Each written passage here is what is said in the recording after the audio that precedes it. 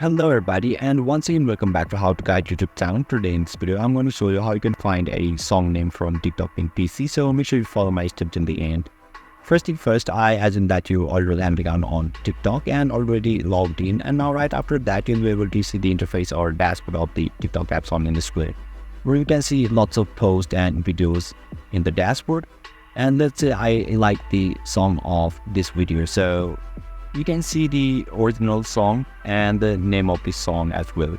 So once you click on it, you'll be able to see the song name, and as well as if you play this song, you will be able to play this song as well. So basically this is how you can find song name from TikTok in PC, and if you still encounter any issue during this process, feel free to leave a comment and I'll be happy to assist you. If you found this video helpful, please give it a thumbs up, and if you are new to this channel, make sure to hit the subscribe button and set the bell icon to on so that you can stay updated with our latest content.